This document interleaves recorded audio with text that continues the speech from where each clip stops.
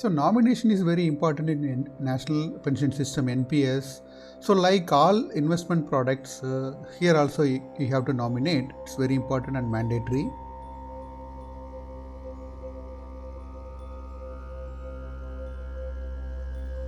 But unlike other investment products, here there are certain rules you have to keep in mind at the time of nomination. So while opening NPS account, you have to nominate up to 3 persons. So you also should define the share each person should receive in case of unfortunate death of the subscriber. So the rules which you have to keep in mind are defined by PFRDA as per its exit regulations in regulation number 32. So the nominee is a person who is entitled to receive the corpus in case of unfortunate death of the subscriber. So the family, who are the family members which are already defined by PFRDA, and the nominees should be only among the family members. So in case you are opening an NPS account, at the time of opening account you don't have any family members, then you can nominate anyone. So there is no bar or there is no problem.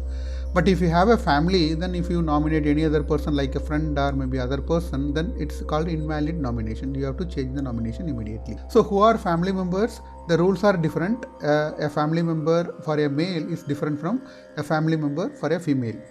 So for a male subscriber, the family members are defined by PFRDA.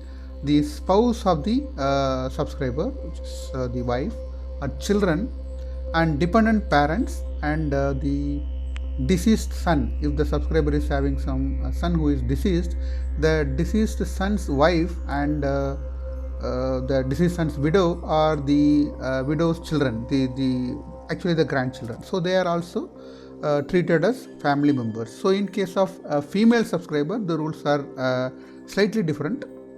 So the family members are, for a female subscriber, the husband and her children and her parents and her husband's dependent parents, and the deceased sons or maybe our children. So they are also treated as the family members for a female subscriber. Female subscriber, if she wants, she can remove her husband or her husband's dependent parents from the list of family members. So that provision is applicable for a female subscriber, that is not applicable for a male subscriber. So for example, you have nominated some other person which is not defined by PFRDA regulations or rules.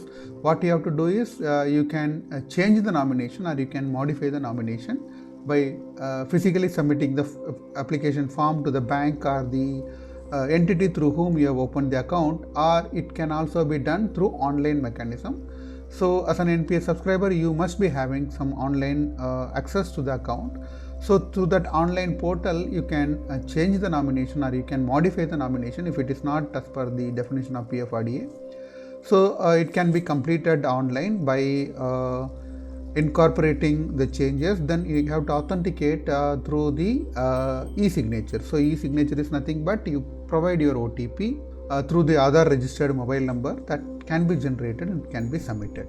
So if you are submitting offline through your points of presence, which is maybe a bank or non-bank through whom you have opened the account, there are charges applicable, some 20 rupees you have to pay. A link for getting that S2 application form and also the process of changing the nomination through online is provided in the below mentioned link. So in NPA there are two kinds of accounts, and tier 1 and tier 2 accounts. So you can nominate different persons for your tier 1 and tier 2 account, or it can be nomination can be same also. And you may ask me a question, who are dependent? So dependent parents. So the dependency is not applicable for the spouse. But for parents and this dependency clause is applicable. So dependency is nothing but, and if they are solely depending on the person for their household needs. Thank you for watching. Please subscribe to Learn by Choice for more and more videos.